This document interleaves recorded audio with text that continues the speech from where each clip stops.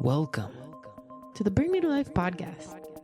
It's time to wake up and shine on. Hello, hello. Welcome back to the Bring Me to Life podcast. Thanks for tuning in. Shannon and Shine here. And Selomon, fresh from a few festivals, coming back with another podcast. Hello, everybody listening. If you aren't on YouTube, check us out. We are on YouTube. But yeah, wherever you're listening, thank you. Yeah, thanks for tuning in. And like Silo said, it's been a wild few weeks. We've had back-to-back events. We were set up at Mountain Music Festival. Then we had to come home here to Princeton, West Virginia temporarily and did a big street fair, the biggest street fair of the season. And First Friday and Art Walk. It was just back-to-back. And then we went to Kentucky for Playthink. So full slate of events. Yeah. And each one has been powerful and magical and unique all in its own right. Yeah. And I think that this is an important episode to talk about transformational events and showing up for communities and networking. I think that's where I would like to focus some energy today. So yeah. Did you have something you wanted to share? No, I'm just saying that's a great topic because, there's a lot going on right now and there's a lot we're learning. So excited to kind of share what we've experienced. And if you are somebody who resonates with what we're saying, or maybe you have something you would like to share as well, it would be awesome to get other people's input and it be more of a conversation with the audience. Yeah. And so we do have Bring Me to Life community on Facebook and go to bringmetolife.com where there's articles and all kinds of other goodies. Yeah, we also have a Discord, which you can get to through our Patreon. Might be like a $2 entry, which it's worth the $2 because we have some other cool stuff on there. Yeah, but as far as I know, that's what it is. It would be cool to start doing maybe some live conversations, on there where we could get a bunch of people on together. Yeah, I think it's time that we start rebuilding the communities in different ways. We used to do so many live events. The online community is it's time to get that going again. Yeah, we used to do so many events and going to these events in person recently has really just kind of reignited my desire to teach again and to create safe space and like unity space where people can come together and bring whatever their mission is to the table. And I think that's really powerful.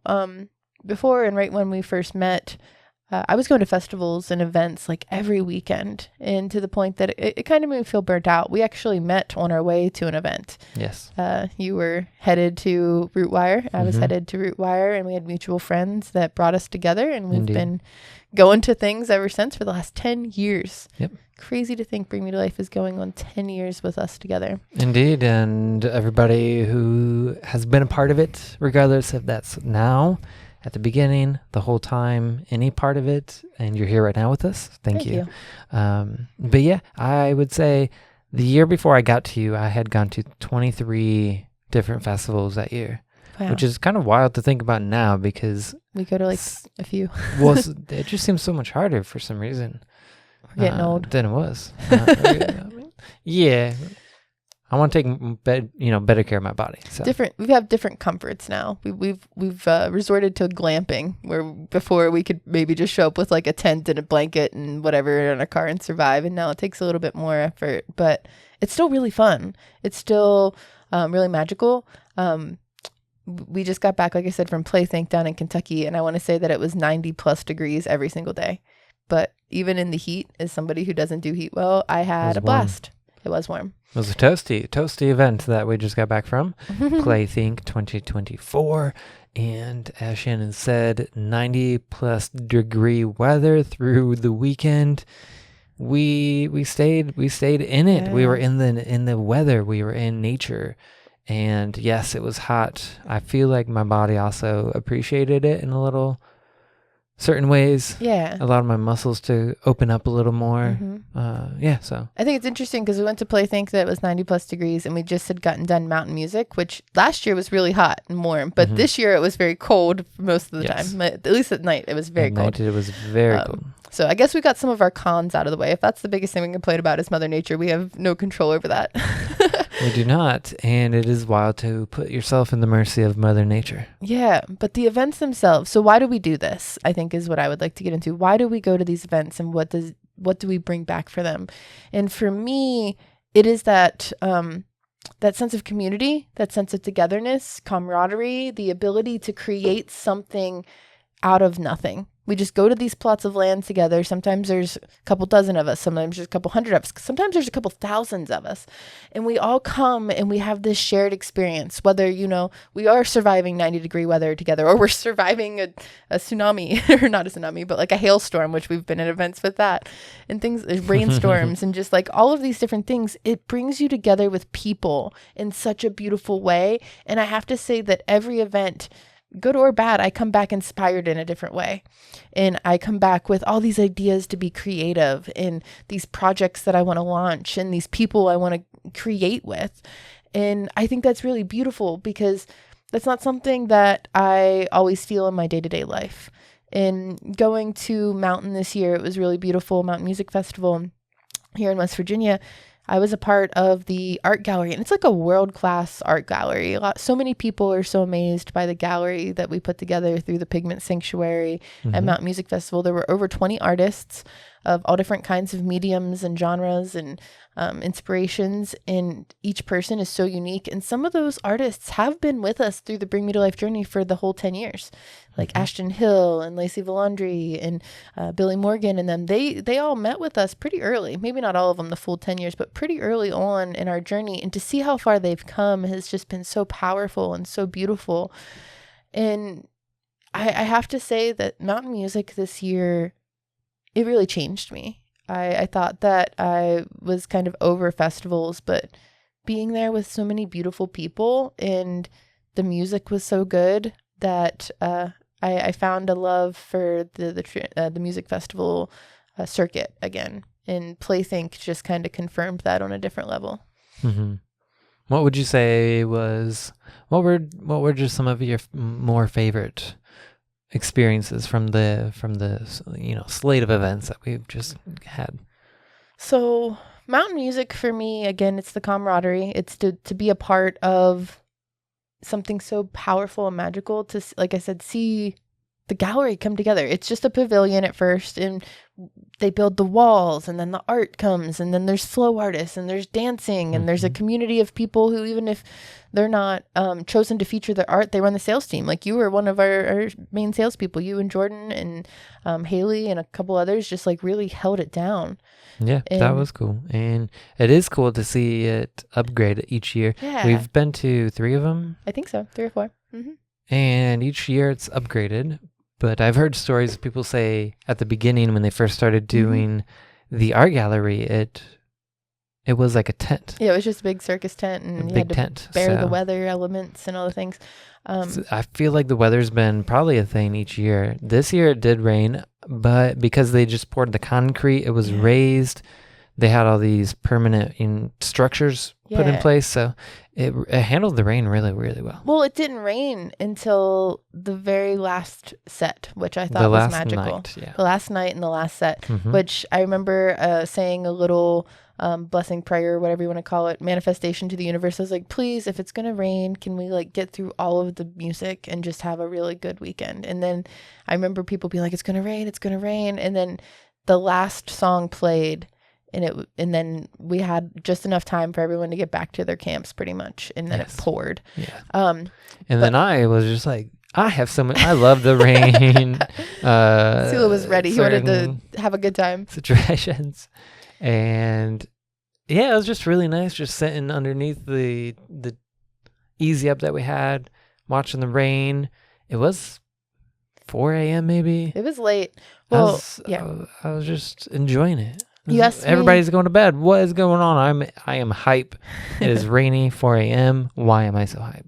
Because we had such a good weekend. We did. And you asked me what one of my favorite parts was. And aside from being a part of the community, there was a moment that the band Big Something, which we talk about Big Something a lot on the We Are Artists podcasts that I host with my buddy Lacey and a couple of the other artists that have been on so far.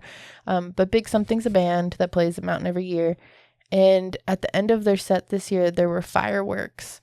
And I just remember literally crying happy tears, just looking around at the community of people that gathered for this event. And just everywhere I looked, there was a smile, there was a head nod. You know that feeling when you just like see someone and you're like, yeah, and you just like have the head nod. And we were over by the collaborative mural where all the artists were painting, and I saw generations of artists painting, like new artists and artists that have, you know, been seasoned in events. But I also saw like our friend Allie was there with her mom and dad, and to like see her and her parents painting, like it still like gets me choked up to just like know that there's so many people that come together through art and music.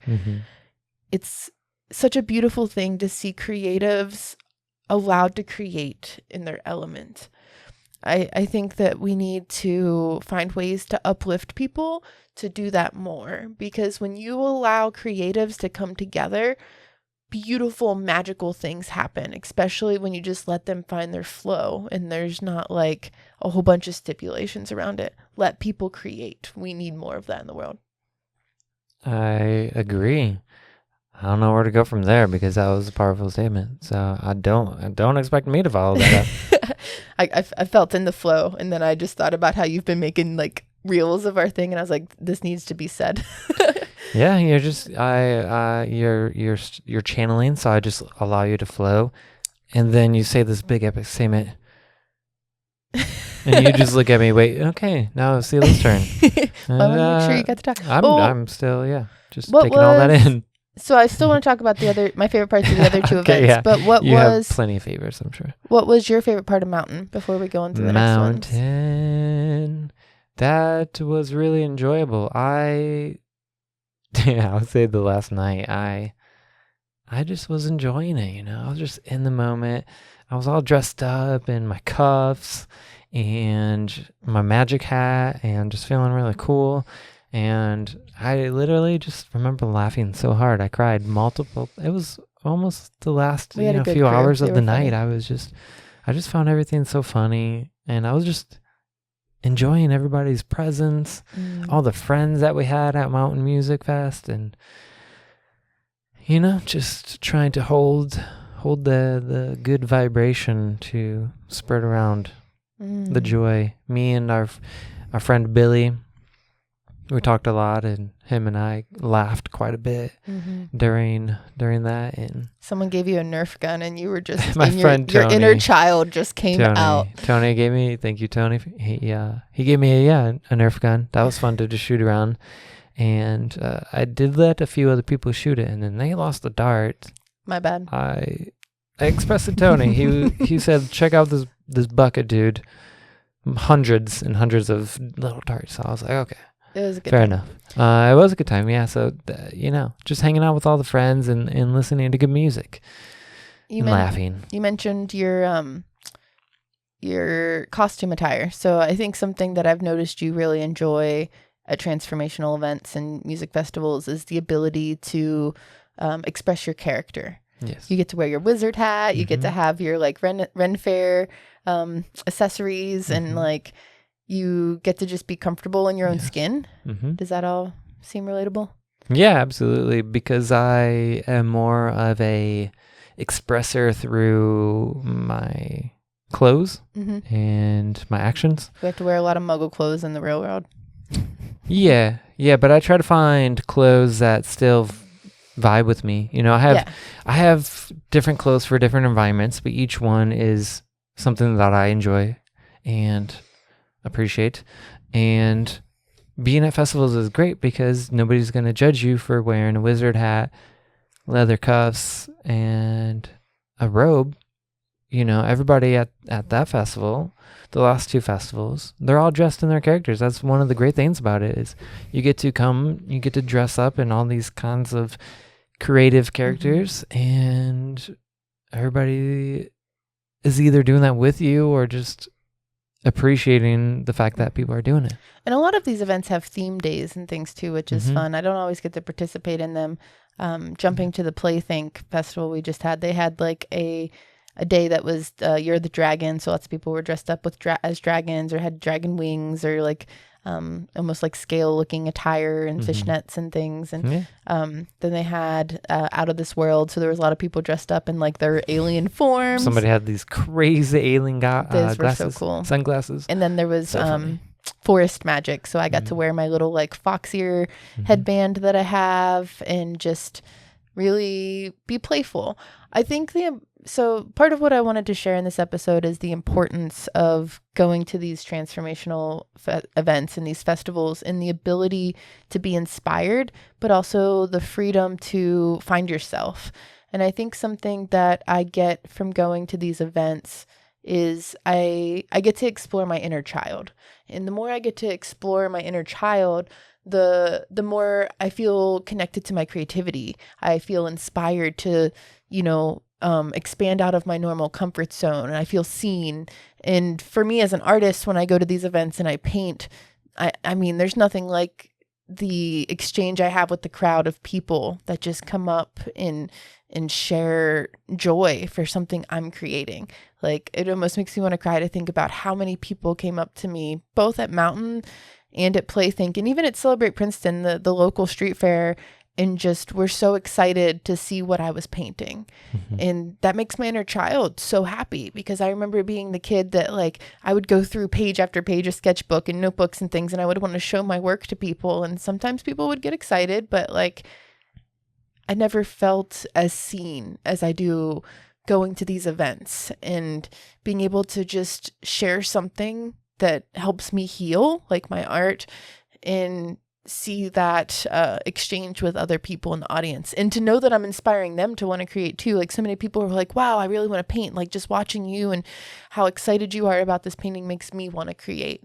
And I think that's what these events should really be all about, is just helping inspire each other. And that's like the whole premise of Playthink, is to play with your inner child and to allow yourself to explore different things. They had so many workshops, and I so wish I could have made it to more workshops, but the heat really was taking me out.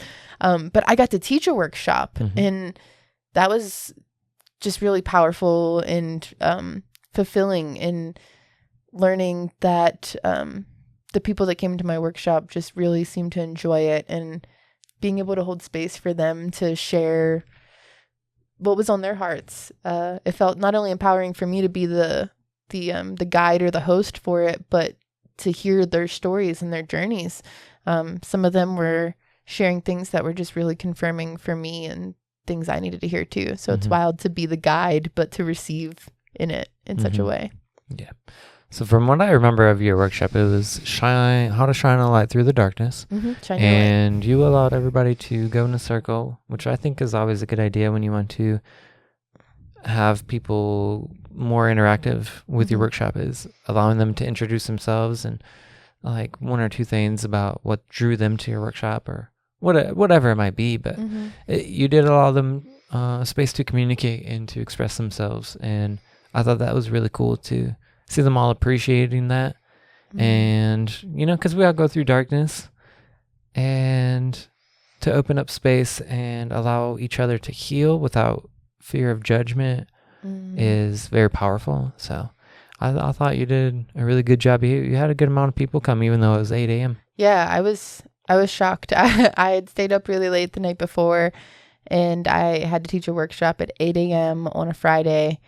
And I was fully prepared to enter the healing space and no one show up, or just have CeeLo and my friend Angie with me. And I was pleasantly surprised that I had about a dozen people, and they were all so beautiful. And I really wanted to create a space where people felt like they got to be a part of the journey of the workshop, and that I wasn't just like talking at them, or just like, so my Shine Your Light workshop, it's sort of shadow work in a way, because we're working through what holds us back, and like releasing fear, releasing judgment, trying to find our confidence, learning how to explore and expand and to light up your life. And like, I wanted people to know why I felt guided to share it. So I kind of just followed my intuition and like shared as much of my story as I went, rather than doing this whole spiel at the beginning. Because I've been a part of so many workshops where people start to do the introduction about them,